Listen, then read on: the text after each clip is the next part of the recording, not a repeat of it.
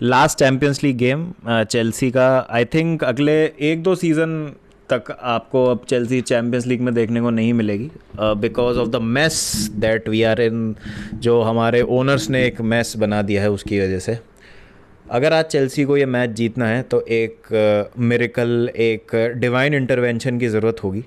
और अगर ये कमबैक हो जाता है तो वन ऑफ द बेस्ट नहीं, the best comeback in the history of champions league होगा, गिवन द कॉन्टेक्स्ट। अब आप कह सकते हैं कि थोड़ी सी होप और थोड़ा सा बिलीफ।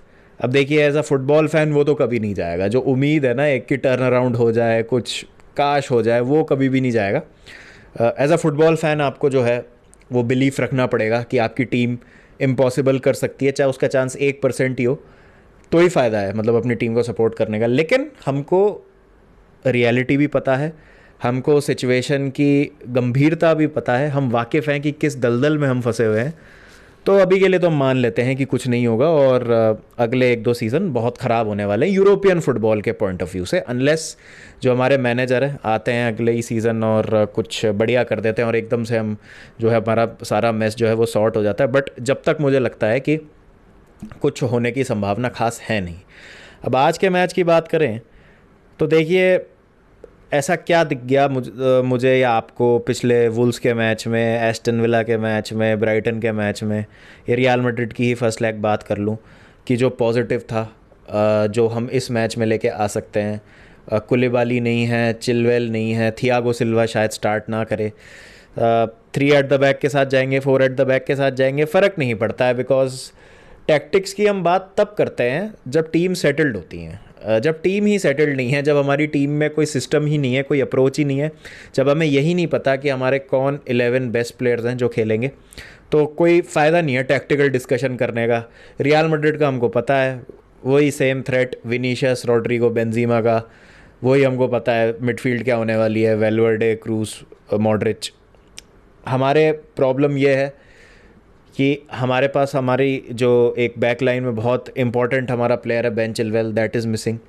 उसके बाद हमारे पास कोई गोल स्कोरर नहीं है, ऐसा गोल स्कोरर जो बहुत क्लिनिकल हो, जो हाफ चांसेस को भी हमको क्रिएट करने में मदद करे। प्लस किसी भी तरीके की एक पॉजिटिविटी आपको दिख ही नहीं रही इस टीम में। आई थिंक ये सबसे बुज़दिल चेल्सी है जो पिछले 20 साल में मैंने देखी है। और अगर आप इस टीम से एक्सपेक्ट करेंगे कि ये रियल मैड्रिड को हरा दे तो बहुत ज़्यादा ही है। आई थिंक आप एक्सपेक्टेशंस कुछ मत रखिए, बस आप ज़्यादा से ज़्यादा ये होप कीजिए कि हम एक कॉम्पिटिटिव गेम आज खेलें। मैं कोई लाइनअप, कोई स्कोर प्रिडिक्शन कुछ नहीं जा रहा हूँ, क्योंकि मुझे पता है क्या होने वाला है, आपको भी पता है क्या होने वाला है। तो लेट्स नॉट फूल आवरसेल्व्स की कुछ हो जाएगा। आज शायद बैक थ्री खिलाने लायक भी हमारे पास डिफेंडर नहीं है।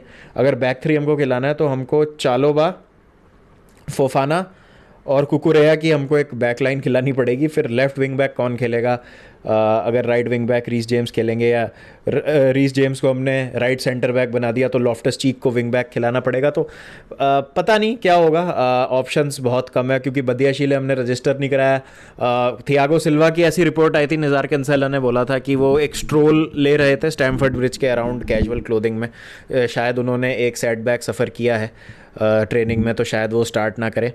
और जैसा मैंने कहा, कुलीबाली इज़ आउट फ्रॉम इंजरी, तो वहाँ पर ऑप्शंस नहीं है। उसके बाद मिडफील्ड में है तो आई थिंक कोई एंजो, कोवाचिच और कांटे की मिडफील्ड होगी। मैं चाहता हूँ मेसन माउंट को स्टार्ट दिया जाए, जो कि मोस्ट प्रोबेबली होगा।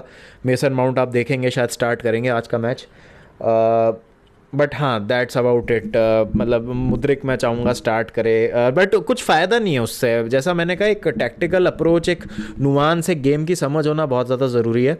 और एक जो हमारी थीम रही है ना, अगर आप देखोगे तो हम क्या करते हैं, शुरू के 10 मिनट हर गेम में आप बहुत अच्छा खेलते हैं, लेकिन वो 10 मिनट ही क्यों होता है? क्योंकि सामने वाली टीम को समझ आ जाता है कि हम क्या करने वाले हैं, और उसके बाद वो अपना टैक्टिकल प्लान उस हिसाब से अडेप्ट कर लेते हैं, और फिर वो हमको रोकने में कामयाब रहते हैं। और फिर जो वो 10 मिनट में हमको कुछ चांस भी मिलता है तो हम उस पर कैपिटलाइज तो कर नहीं पाते, क्योंकि हमारे स्ट्राइकर्स और आगे जो फॉरवर्ड्स हैं वो बिल्कुल भी क्लिनिकल नहीं है किसी भी तरीके से। तो बहुत ज़्यादा उम्मीद है, मैं लेके जा नहीं रहा हूँ इस मैच में कि कुछ हो जाएगा। बस यही है कि काफ़ी समय तक हो सकता है लास्ट चैम्पियंस लीग गेम हो ये, तो मैं बस वही देख के खुश हूँ। I will try to cherish as much as I can. मैं चाह रहा था कि एक विनिंग नोट पे हम एंड करें, बट कोई बात नहीं। The least these players can do is give a fight. थोड़ा सा champions league, Stamford Bridge, crowd आएगा, उनको दिखाएं कि what they are capable of. News आ रही है बहुत सारी कि टॉड बोली जो हैं वो ड्रेसिंग रूम में जा रहे हैं, प्लेयर से बात कर रहे हैं। एक सीनियर प्लेयर जिनको समर में लाया गया था वो बहुत ज़्यादा नाखुश हैं। कौन है वो प्लेयर, अब किसी का नाम तो यहाँ पे आया नहीं है, बट सब कह रहे हैं शायद स्टर्लिंग है। उनको सिंगल आउट किया है। ये ओनर्स जा क्यों रहे हैं ड्रेसिंग रूम में, ये बात समझ नहीं आ रही। मतलब मैनेजर को आप भरोसा दिखाएं, मैनेजर पे आप जो है छोड़ दें ये सारी चीज़ें, क्योंकि जब ओनर्स का इतना ज़्यादा हैंड्स ऑन इन्वॉल्वमेंट होता है ना तो चीज़ें ख़राब ही होंगी। और ये न्यूज़ आई है कि ये बोला है टॉड बोली ने कि तुम इतना ख़राब क्यों खेल रहे हो, तुम्हारा प्राइस टैग इतना ज़्यादा है, तुम में इतना ज़्यादा पोटेंशियल है, तुमको इतनी ज़्यादा तुम्हारी रेपुटेशन है, लेकिन तुम उस रेपुटेशन पे खरे नहीं उतर रहे हो। और इस तरीके की बातें आ रही हैं, तो क्या सच है क्या नहीं पता नहीं, बट अगर ड्रेसिंग रूम में जा रहे हैं, और कैपा ने भी कहा है कि ड्रेसिंग रूम में आते रहते हैं टॉड बोली, ये बहुत नॉर्मल है और हर मैच के बाद अलग बातें होती हैं। तो जब ओनर का इस तरीके का इन्वॉल्वमेंट होता है तो वो कभी भी पॉजिटिव साइन नहीं है। और ये जब तक एक नया मैनेजर नहीं आता ये सब चीज़ें चलती रहेंगी। तो एक नई मैनेजरियल अपॉइंटमेंट हो जल्दी से, जो है टीम को भी पता चले कौन मैनेजर होने वाला है, तो थोड़ा सा एक बिलीफ आएगा कि हाँ चीज़ें जो है बेहतर हो सकती है। नहीं तो जब तक यही सब चलता रहेगा, डे वन से मैं कह रहा हूँ it's between Nagelsmann and Enrique. तो जिसको भी आपको फाइनल करना है जल्दी करो, जिससे प्लेयर्स को पता चले कि उनका चांस है कि नहीं अगले सीज़न खेलने का यहाँ पर। बिकॉज अभी तो इतनी अनसर्टेनिटी है कि प्लेयर्स को परवाह नहीं है, और मतलब माहौल बहुत ख़राब है, शोल्डर्स एकदम ड्रॉप्ड हैं। जैसा मैंने कहा बुज़दिल टीम है, सिनर्जी कुछ नहीं है, सिस्टम कुछ नहीं है, टैक्टिकल अप्रोच ज़ीरो है बिल्कुल। और आपके सामने खड़ा है रियल मैड्रिड जो कि चैम्पियंस लीग का बादशाह है, और 2-0 से आप डाउन हो तो क्या मतलब मैं बोलूँ कि मुझे लगता है ये हो जाएगा तो हम जीत जाएंगे, वो हो जाएगा तो जीत जाएंगे।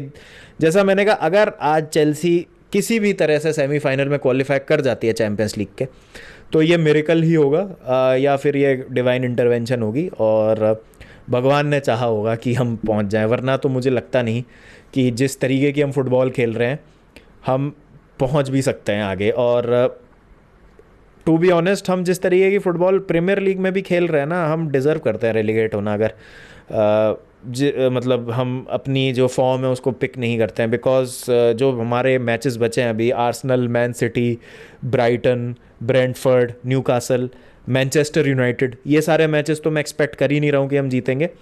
बोर्नमथ और नॉटिंघम फॉरेस्ट बचा है, उसमें अगर आप 4-5 पॉइंट ले आते हैं, 4 या 6 पॉइंट ले आते हैं, तो शायद कुछ चांस हो सकता है कि may be, just may be आप मतलब सीज़न को थोड़ा सा हाई पे एंड कर लें। या मतलब देखिए प्लेयर्स हैं, पोटेंशियल है, मैनेजर नहीं है, माहौल इतना ख़राब है, इतनी नेगेटिविटी है, रिज़ल्ट्स जो हैं जब तक ठीक नहीं होते तो वो टीम जो है वो भी एक पॉजिटिव अप्रोच से नहीं खेल पाती है। तो जैसा मैंने कहा चमत्कार की, एक मिरेकल की ज़रूरत है, करिश्मा ही हो जाएगा कुछ कुदरत का तो चेल्सी जीतेगी, वरना नामुमकिन है आज चेल्सी का जीतना। स्कोर प्रेडिक्शन नहीं दूंगा, ज़्यादा उसमें मैं जाऊंगा नहीं। आपकी क्या राय है, please do let me know in the comment section.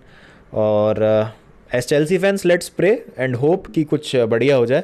अगर नहीं जीते नहीं तो एटलीस्ट एक फाइट की मैं उम्मीद कर रहा हूँ। मैं जीतने हारने की तो बात ही नहीं कर रहा है, फाइट भी अगर हम दे देंगे ना तो I would be pretty happy. तो देखते हैं क्या होता है। आपकी क्या राय है, please do let me know in the comment section. रात को मिलते हैं वॉच अलॉन्ग के साथ। ध्यान रखिए जब तक अपना, take care and don't forget to keep the blue flag flying high.